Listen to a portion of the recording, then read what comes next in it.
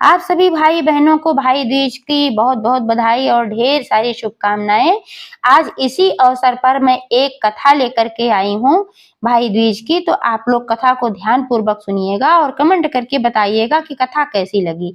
अगर अच्छी लगे तो एक लाइक जरूर कर दीजिएगा, ज्यादा से ज्यादा शेयर करिएगा। चैनल अभी तक सब्सक्राइब नहीं किया है तो प्लीज चैनल को भी सब्सक्राइब करके बेल आइकन को प्रेस कर दीजिएगा ताकि सारे अपडेट्स आपको मिलते रहें। तो आइए सुनते हैं। एक बुढ़िया थी, उसके 7 बेटे थे और एक बेटी थी। बेटी की शादी हो चुकी थी, वह अपने ससुराल में थी और बेटे थे कि उनकी शादी वो तय करती थी। जैसे ही शादी के मंडप में बेटा जाता था, उसको एक नाग आकर के डसता था और बेटा खत्म हो जाता था। ऐसे ऐसे बुढ़िया माँ के 6 बेटे खत्म हो गए।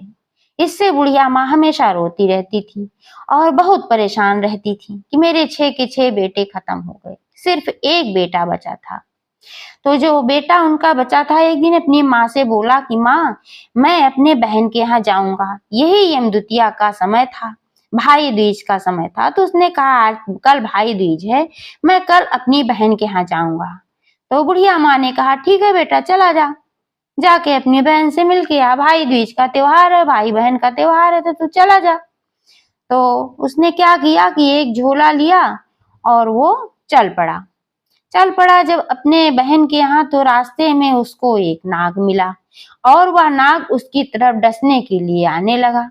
तो उसने कहा कि भाई नाग देवता, तुम मुझे क्यों डसने आ रहे हो? तो नाग देवता ने कहा कि मैं तेरा काल हूँ, इसलिए तुझको डसने आ रहा हूँ। तेरी मृत्यु हूँ मैं, अब तेरी मृत्यु आ गई है, इसलिए मैं तुझको डसने आ रहा हूँ, मैं तुझको डसूंगा। तो फिर उसने कहा कि ठीक है, तू मुझे डस देना, लेकिन मैं अभी अपनी बहन के घर जा रहा हूँ। भाई दूज का त्योहार है, मैं अपनी बहन से एक बार तिलक लगवा के आ जाऊंगा, तो उसके बाद तू मुझे डस लेना, मैं इसी रास्ते आऊंगा। तो नाग देवता ने कहा कि अरे तू चल, मुझे बेवकूफ मत बना। कौन है जो दोबारा अपनी मृत्यु के मुंह में आएगा? तुझे तो पता है मैं तुझे डसूंगा तो तू मर जाएगा, तो फिर क्यों तू आएगा मेरे पास? तो फिर उसने कहा कि अगर मैं नहीं आऊंगा, ऐसा लग रहा है, तो ऐसा करो, मेरा ये झोला है, इसी झोले में तुम बैठ जाओ। जब मेरी बहन मेरा तिलक उलक कर देगी और हम भाई दूज का त्योहार मना लेंगे, उसके बाद तुम मुझे डस लेना। तो नाग ने कहा ठीक है भाई। तो उसके झोले में वो बैठ गया और झोले में बैठ गया। तो फिर भाई अपनी बहन के घर पहुंचा और बहन ने पहले से सुन रखा था कि मेरा भाई आ रहा है, भाई तो पता था, उसको बताया था कि मैं आऊंगा भाई दूज के दिन। तो बहुत खुश हो गई, इतनी खुश हो गई कि उसकी खुशी की कोई सीमा ही नहीं थी कि मेरा भाई आ रहा है। तो दौड़ी दौड़ी गई पड़ोसन से पूछने कि मेरा भाई आ रहा है, तो मैं उसका स्वागत सत्कार कैसे करूं, मुझे कुछ समझ नहीं आ रहा है, आप मुझे बता दीजिए। तो पड़ोसन उसकी खुशी देखी और देखकर एकदम जल भुनकर राख हो गई। तो उसने कहा ऐसा करना, तू दूध से रसोई लीप देना और घी में चावल बना देना। तो बेचारी सोची कि सही है, कह रही है तो सही है। आई तो दूध से पूरी रसोई उसने लीप दिया और घी में उसने चावल बनाना शुरू किया। तब तक उसका भाई आ गया और भाई आया तो देखकर बहुत खुश हुई गई और बोली कि भैया आ गए, चलो चलो। तो फिर वो आया तो फिर बोला कि कुछ खाने होने के लिए बनाई है, जल्दी जल्दी दे, अगर कुछ बनाई है तो। क्या बना रही है? तो बोली कि अभी बन रहा है, अभी बन जाएगा तो मैं ला के देती हूँ। बहुत देर लगी। तो भाई ने कहा अरे तू क्या बना रही है, कितनी देर में बनाएगी, मुझे बहुत तेज भूख लगी है, तो कुछ तू खिला। तो वो बोली कि भैया मैं बना रही हूँ पर अभी बना नहीं। तो बोले क्या बना रही है? तो उसने बताया सब कुछ कि ऐसे मैं पड़ोसन से पूछी थी, तो उसने कहा दूध से रसोई लीप दे और घी में चावल बना दे। मैं वही घी में चावल बना रही हूँ और घी में चावल पके तो कैसे पके, चाहे पक ही नहीं रहा था। तो भाई ने कहा अरे तू पागल हो गई है, घी में कहीं चावल पकता है? घी में नहीं पकेगा। और रसोई जो तूने लीपा है दूध से, तो उससे नहीं लीपा जाता, गोबर से लीपा जाता है, उससे लीपी है तो कहाँ वो सूखेगा। तब जा करके उसने क्या किया कि गोबर से रसोई लीपा और दूध में, भाई ने कहा कि चावल दूध में बनाया जाता है, तब वो दूध में चावल बनाई और गोबर से रसोई लीपी। उसके बाद उसका जब बन गया तो भाई ने खाना खाया और खाना खाकर उसको बहुत तेज से नींद आ गई और वो सो गया। सोने लगा, जैसे ही सोने लगा तो उसके भांजे आए दौड़ के, बोले मामा मामा मेरे लिए क्या लाए हो? तो उसने कहा कि मैंने तो तुम्हारे लिए कुछ भी नहीं लाया। तो भांजे जो थे झोला देखने के लिए गए कि लेकिन झोले में शायद कुछ होगा। तो जब भांजों ने झोले में देखा तो वहां पर उनको एक हीरे का हार मिला, उसमें नाग वाग नहीं था। तो हीरे का हार लेकर वो गए अपनी माँ के पास, बोले माँ माँ मामा ये हीरे का हार लाए हैं। तो फिर बहन ने देखा तो अपने भाई से कहा तू मेरे लिए हीरे का हार लेकर आया था और तूने बताया भी नहीं। तो भाई ने कहा ठीक है अगर तुझे पसंद है तो तू रख ले। तो फिर उसने हार रख लिया और भाई सो गया। अगले दिन वह उठा, बोला कि मेरे लिए कुछ रास्ते के लिए बना के दे दे, अब मैं अपने घर जाऊंगा। तो बहन ने भाई के लिए खाना बनाया और भाई ने खाना खाया और रास्ते के लिए उसने लड्डू बना कर दे दिए और बाजरे के आटे के लड्डू बनाए थे उसने, वही लड्डू बना करके अपने भाई के लिए झोले में डाल करके दे दिया। अब भाई चला वहां से, चला तो रास्ते में जंगल पड़ा तो वहां पर वह बहुत थक गया। वहां पर थक गया तो एक पीपल का वृक्ष था, वहीं पीपल के वृक्ष के नीचे वह लेट गया, वहीं आराम करने लगा। इधर जो इसकी बहन थी तो इसके जो बच्चे थे यानी कि जो उसके भांजे लोग थे अपनी माँ से बोले माँ माँ मुझे भूख लगी है कुछ खाने को दो। तो माँ ने कहा उनकी कि बेटा अभी तो मैंने कुछ भी नहीं बनाया है, जो बनाया था वो मामा ने खा लिया है और अगर इतनी भूख लगी है तो मामा के लिए लड्डू बनाने के लिए मैंने आटा पीसा था बाजरे का, तो चक्की में पड़ा होगा जाके खा ले। तो बच्चे गए वहां पर चक्की में आटा खाने के लिए। जब वहां से देखा आटा उठाया तो देख रहे हैं वहां पर सांप की हड्डी मिली। जब सांप की हड्डी मिली तो वो लोग बताए अपनी माँ से देखो माँ यहाँ पर तो सांप की हड्डी है आटे में। तो फिर वो पगला गई, सोची कि सांप की हड्डी है और इसी का मैंने लड्डू बनाकर अपने भाई को दे दिया, अब तो मेरा भाई खा लेगा तो क्या होगा। तो फिर वह भागी भागी बहुत तेज से भागी उसी रास्ते जिस रास्ते से उसका भाई आया था।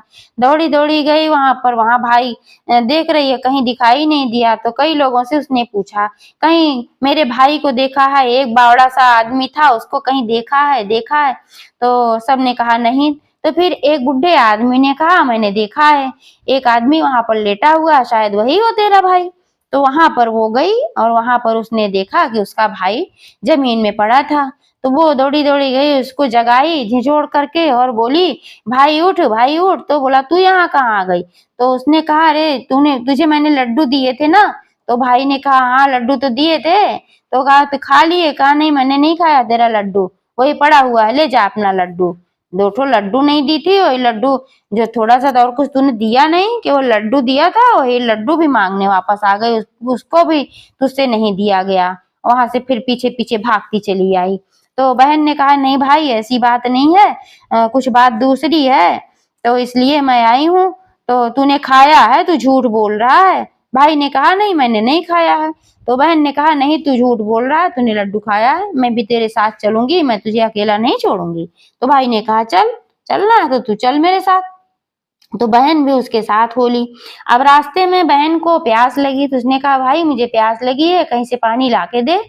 तो भाई ने कहा अब यहाँ कहाँ मैं तेरे लिए पानी लेकर आऊं, तुझे प्यास लगी है तो फिर देखा कि एक जगह पर कई चील उड़ रहे थे। तो भाई ने कहा देखो वहां पर कई चील उड़ रहे हैं, शायद वहां पर जाओ तुम्हें पानी वहां पर मिल जाए, तो मैं यहाँ पर तब तक बैठकर इंतजार करता हूँ। तो बहन वहां गई जहां पर चील उड़ रहे थे। तो वहां पर उसने देखा कि एक थोड़ा छोटा सा तालाब था, वहां पर पानी था, उसने पानी पिया। और वहीं तालाब के पास एक बुढ़िया औरत बैठी थी और वहीं पर 7 शिलाएं उसको दिखाई पड़ी, जिसमें से 6 शिलाएं गड़ी हुई थी जमीन में और एक शिला ऐसे ही ऊपर पड़ी हुई थी। तो उसने उस बुढ़िया औरत से पूछा, कहा कि बूढ़ी माई यहाँ पर ये शिलाएं कैसी हैं। तो उस बूढ़ी औरत ने कहा कि अरे बिटिया क्या बताऊं, यहाँ पर थोड़ी दूर पर एक बूढ़ी औरत रहती है, उसके 7 बेटे थे और 7 बेटों में 6 बेटे खत्म हो गए, 6 को नाग डस लिया है, एक बेटा बचा है। तो जिन बेटों को डस लिया नाग ने उनकी ये 6 शिलाएं हैं जमीन में जो गड़ी हुई है, और ये जो ऊपर है जो अभी उसका बेटा जिंदा है, जब इसको भी डस लेगा, क्योंकि उसके 7 बेटों को नाग को डसना ही डसना है, तो जब इसको भी डस लेगा तो ये भी जमीन में गाड़ दी जाएगी। तो बहन समझ गई कि ये और कोई नहीं है, मेरी माँ की बात कर रही है, मेरे भाइयों की बात कर रही हैं। तो फिर उसने पूछा कि आपके पास कोई सुझाव हो, कोई उपाय हो तो आप बताइए कि जिससे मैं अपने भाई को बचा सकूं। तो उसने बताया बुढ़िया ने कि पहली चीज तो यह है कि आज भाई दूज के दिन तुमने अपने भाई की मेहमानी की और टीका उका किया है, इससे तो रक्षा होगी, अभी तो जल्दी नहीं कुछ होने पाएगा, लेकिन जो है फिर भी मैं तुझे युक्ति बताती हूँ। तो उसने बुढ़िया ने उसको युक्ति बताया, युक्ति वो सुन ली और उसके बाद अपने भाई के पास आई। भाई के पास आते ही उसको उल्टा सीधा बोलना शुरू कर दी, बोली तू मर जा, तू जल जा, तू जलेगा, तू मरेगा, ऐसे ऐसे तू नष्ट हो जाएगा, ऐसी ऐसी भाषा बोलने लगी। भाई अचकचा गया, इसको क्या हो गया, पगला गई है क्या। तो फिर कुछ नहीं बोला, लेकिन दोनों भाई बहन ऐसे गाली देती हुई उसको घर लेके गई। जब वहां घर पहुंची तो माँ ने भी देखा कि बहुत गाली दे रही है, क्या हो गया इसको। तो फिर ऐसे ही करती रही। फिर एक दिन की बात है कि उस भाई की भी शादी तय हो गई। जब उस भाई की शादी तय हो गई तो जब भाई को सब लोग सेहरा पहनाने लगे तो बोली ये क्यों सेहरा पहनेगा, सेहरा तो मैं पहनूंगी, ये तो जलेगा, मरेगा, नष्ट हो जाएगा, तो ये सेहरा नहीं पहन सकता। तो जिद पकड़ कर बैठ गई। तो जो गांव वाले थे सब लोगों ने उसको सेहरा पहना दिया। जैसे ही उसने सेहरा पहना तैसे देख रही है सेहरे की एक लड़ी में नागिन का छोटा सा बच्चा छिपकर बैठा हुआ था। उसने उसको निकाल कर झटक कर फेंक दिया। जब बारात निकलने लगी तो वो बोली आगे के दरवाजे से क्यों जाएगा, ये तो पीछे के दरवाजे से जाएगा, आगे के दरवाजे से तो मैं जाऊंगी, ये तो जलेगा, मरेगा। तो सब लोग जब जिद पकड़ ली तो सब लोग कहे चलो भाई इसको पीछे से ही निकालो। जैसे वो आगे के दरवाजे से निकलने लगी, दरवाजा ऊपर से गिरने लगा। उसकी एक ईंट पकड़कर उसने अपने आंचल में रख लिया। जैसे ही एक ईंट उसने आंचल में रखा, दरवाजा वहीं का वहीं रुक गया, नहीं गिरा। सब लोगों ने देखा तो सबको अचरज हुआ, बोला शायद इसीलिए अपने भाई को इधर से नहीं आने दी थी। फिर जब भाई पालकी में बैठने लगा तो फिर वो ऐसे बोली ये क्यों पालकी में बैठेगा, पालकी में बैठकर तो मैं जाऊंगी, ये तो जलेगा, मरेगा। तो सब लोगों ने कहा चलो भाई ठीक है, तू ही पालकी में बैठ जा। तो वो पालकी में बैठ के आने लगी। फिर रास्ते में जब सब लोग थक गए तो पीपल के वृक्ष के नीचे उसका भाई रुका सुस्ताने के लिए। वहां भी वो खड़ी हो गई, बोली ये तो धूप में खड़ा रहेगा, यहाँ पर क्यों खड़ा होगा, ये तो जलेगा, ये तो मरेगा, तो ये क्यों यहाँ पर खड़ा होगा, छाए में तो मैं खड़ी रहूंगी। तो फिर वहां पर वो खड़ी हो गई, भाई को हटा दी वहां से। जैसे वहां खड़ी हुई देख रही है कि सब लोगों ने देखा कि पीपल का एक बहुत बड़ा उसमें से जो डाल थी गिरने लगी। जैसे गिरने लगी उसकी एक पत्ती पकड़कर उसने अपने आंचल में रख लिया तोड़कर। तो फिर वह डाल वहीं की वहीं रुक गई। सब लोगों ने देखा, बोला कि इसीलिए यहाँ खड़ी थी, देखो बहन है, भाई की रक्षा के लिए कर रही है, ये शायद कोई टोना टोटका सीख करके आई है, वही कर रही है, इसीलिए ऐसा कुछ हो रहा है।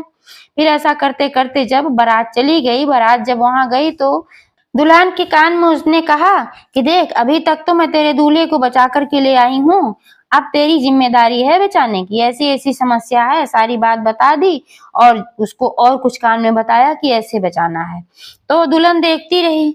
जब नाग वहां पर आया तो उसने झट से नाग को पकड़ा और लोटे में डालकर ऊपर से प्लेट से उसको ढक दिया, तो काटने नहीं पाया। जब नाग उसमें ढक गया तो फिर नागिन आई। जब नागिन आई तो बोलने लगी कि मेरा जो है सुहाग कहाँ है, मेरा सुहाग कहाँ है, लाके मुझे दो, मेरे नाग को वापस करो। तो दुल्हन बोली कि पहले तू मेरे सुहाग को छोड़, तू मत डस उसको, फिर मैं तेरे सुहाग को दूंगी। तो नागिन ने कहा चल ठीक है मैं नहीं डसूंगी। तो दुल्हन ने कहा ऐसे नहीं, तू 3 बार पहले वचन दे कि तू नहीं डसेगी। तो नागिन ने कहा मैं 3 बार बोलती हूँ कि मैं तेरे सुहाग को नहीं डसूंगी। तो नागिन ने जब 3 बार बोला तो दुल्हन ने कहा चलो ठीक है, लेकिन अब मेरे जेठ लोग जो थे उनको भी तो डस रखा है, तो उनमें से एक जेठ को मेरे छोड़ दे, वापस प्राण लौटा दे, क्योंकि बिना जेठ के क्या होगा भाई, जेठ का भी होना तो जरूरी है। तो फिर नागिन ने कहा चल तेरे एक जेठ को भी मैंने छोड़ दिया, उसके भी प्राण मैंने लौटा दिया। तो फिर उसने कहा मान लो कभी एक जेठ से झगड़ा हो जाए, फिर वो हमसे बात ही नहीं होगी उससे, तो दूसरे जेठ को भी छोड़ दे तू।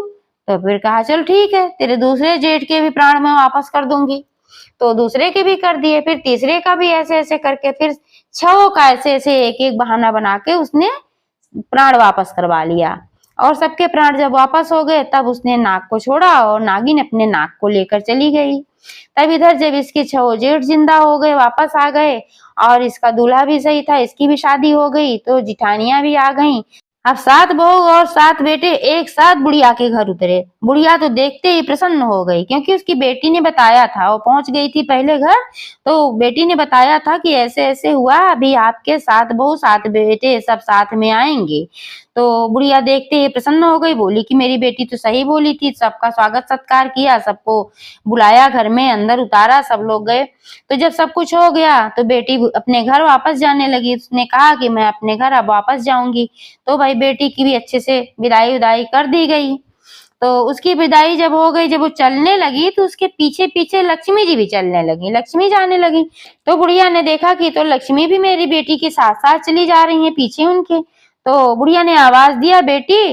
तो बेटी ने पलट कर देखा, बोली लक्ष्मी भी तेरे साथ ही जा रही है, थोड़ी तू रख ले और थोड़ी अपने भाई भाभीयों के लिए भी यहाँ पर छोड़ दे। तो बुढ़िया की बेटी ने कहा, ठीक है माँ, मैं लक्ष्मी जी से प्रार्थना करती हूँ। और लक्ष्मी जी से प्रार्थना किया कि हे माँ, आप मेरे साथ भी चलिए और इन लोगों के लिए भी यहाँ पर आप स्थापित हो जाइए, यहाँ पर भी रुकिए, क्योंकि आपकी जरूरत सबको रहती है। तो फिर वहां पर भी लक्ष्मी माता अपना वास छोड़ दी, वहां पर रहने लगी। उसके भाई भाभी माँ सब आराम से रहने लगे और वो भी अपनी ससुराल में बहुत ही आराम से रहने लगी। तो ये थी यमद्वितीया भाई दूज की कथा।